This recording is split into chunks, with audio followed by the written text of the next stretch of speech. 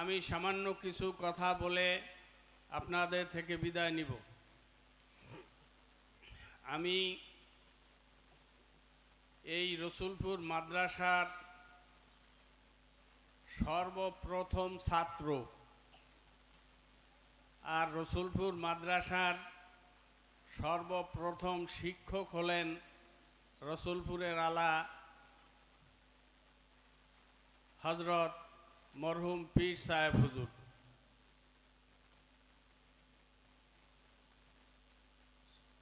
চুয়াডাঙ্গা জেলার বুজরুক গড়গড়ি দারুল উলুম মাদ্রাসা থেকে হজরতকে সঙ্গে নিয়ে আমি সর্বপ্রথম এই রসুলপুরে আসি এবং আমার পরবর্তীতে আমাদের একই ব্যাচে এই রসুলপুর মাদ্রাসায়, তখন মাদ্রাসা ছিল না, মসজিদে আমরা সর্বপ্রথম হজরতের কাছে মক্তবের সবক নেই। হাফেজ আক্তার হোসেন বর্তমানে মাদ্রাসার একজন স্টাফ, এই পাশেই বাড়ি। এরপরে মাদ্রাসার শাইখুল হাদিস হজরত মাওলানা নূর হোসেন সাহেবের হয়তো সম্ভবত ফুফাতো ভাই না মামাতো ভাই হাফেজ আবদুল্লাহ, ওনার একটা হাত ছিল না। এই হাফেজ আবদুল্লাহ আমাদের ব্যাচের একই সঙ্গে ছাত্র। উনি বর্তমানে দুনিয়ায় নাই, ইন্তেকাল করেছেন। আল্লাহ ওনাকে জান্নাতবাসী করুক।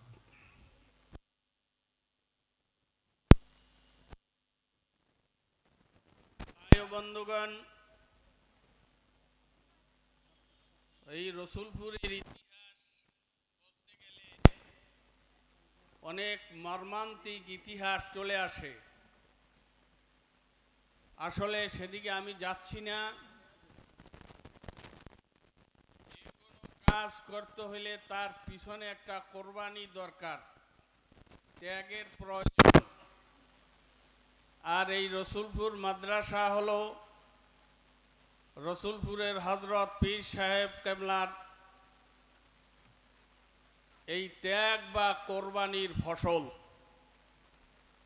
সারা বাংলাদেশে এমনকি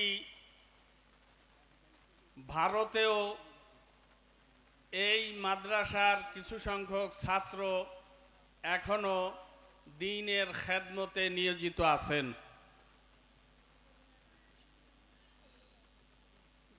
আচ্ছা আচ্ছা আচ্ছা হুজুর আগে বল। আচ্ছা আচ্ছা ঠিক। আমাদের এই মাদ্রাসার আমার ওস্তাদ এবং মাদ্রাসার ওই প্রথম যুগের একজন আসাতাজায়ে কেরাম, এর ভিতরে আমার শ্রদ্ধাভাজন অত্যন্ত বুজুর্গ মানুষ হজরতের খলিফা মুহাদ্দিস সাহেব হুজুর, আমাদের পাশে বসা অসুস্থ মানুষ। এজন্য আমি সংক্ষেপ করছি। যে বলছিলাম যে রসুলপুর মাদ্রাসা হজরতের ত্যাগের ফসল। আর এই রসুলপুর মাদ্রাসা থেকে আমরা যারা এলেম অর্জন করেছি, বাংলা ভারতের আনাচে খানাচে দ্বীনের খেদমতের সঙ্গে সম্পৃক্ত রয়েছি, আমি আশা করব মৃত্যুর আগ পর্যন্ত আমরা যাতে রসুলপুরকে না ভুলি, আমরা যাতে রসুলপুরের সঙ্গে একটা বিনা সুতার গাঁথনির মালার মতো আমরা আমাদের জীবনকে অতিবাহিত করতে পারি, এই প্রচেষ্টা আমাদের থাকবে। আমি রসুলপুরে হজরতের কাছে আলিফ বা তা থেকে নিয়া মক্তবের নাজরানা সহ এবং হেফজখানার হেফজ সবক শেষ করে শুনানি পর্যন্ত 1975 থেকে 1982 সালের ফেব্রুয়ারি মাস পর্যন্ত এই রসুলপুরে ছিলাম। অনেকে এইটা নিয়ে ফেসবুকে লেখালেখি করে আমি নাকি 82 সালের পরে রসুলপুরে আসছি। সে অন্ধের জগতে বাস করে। 1982 সালের পরে রসুলপুরে আসছে আমার মেজো ভাই কারি ইয়াকুব শরীফ, সে আসছে 1982 সালের পরে। কিন্তু আমি তো হজরতির সঙ্গেই এই রসুলপুরে আসছি। হ্যাঁ, সুফি সাহেব হুজুর ইন্তেকাল করছেন, কারি আব্দুল সালাম সাহেব, এই যে হাফেজ দিন মোহাম্মদ সাহেব, চৌধুরী আব্দুল লতিফ চৌধুরী সাহেব, ওনারা আমাদের সঙ্গী ছিলেন। ওনাদের বাড়ি এই এলাকায় ওনারা সবাই জানে। এবং আমি এই এলাকায় জায়গির ছিলাম। এই যে ওই যে সুজামিয়া মাতুব্বরের বাড়ি, সুলতান সাহেবের বাড়ি, এবং এই মসজিদের মুয়াজ্জিন ছিল, ওনার নামটা মনে নাই, পশ্চিম দিকে বাড়ি, আব্দুল মান্নান সাহেবের বাড়ি। এই 3 বাড়িতে আমি জায়গিরও ছিলাম দীর্ঘদিন যাবৎ হযরতের এই প্রথম জীবদ্দশায়।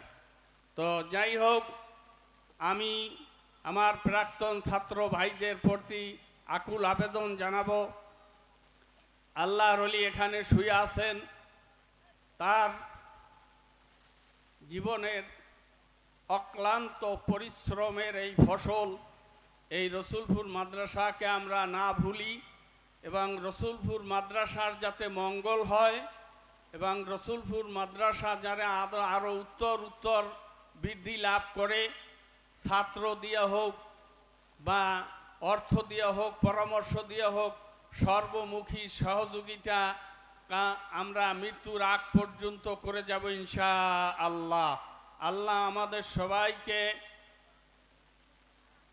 পুরাপুরিভাবে দ্বীনের উপরে সাবেত রেখে ঈমানের সহিত কবরে যাওয়ার তৌফিক দান করেন।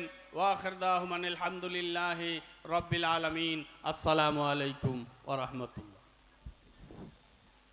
আলহামদুলিল্লাহ। আমি চাচা জানের নাম ঘোষণার আগে একটা কথা বলেছিলাম, অনেক ইতিহাস কিন্তু আমরা জানতাম না।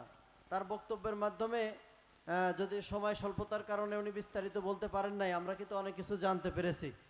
আল্লাহ তাআলা আমাদের এগুলো স্মরণে রেখে মাদ্রাসার জন্য কাজ করার তৌফিক দান করুক। আমি শেষবারের মতো অত্র জামিয়ার সকল বর্তমান এবং প্রাক্তন ছাত্র ফুজালাদের প্রতি আহ্বান করছি, ইতিমধ্যে আমাদের এই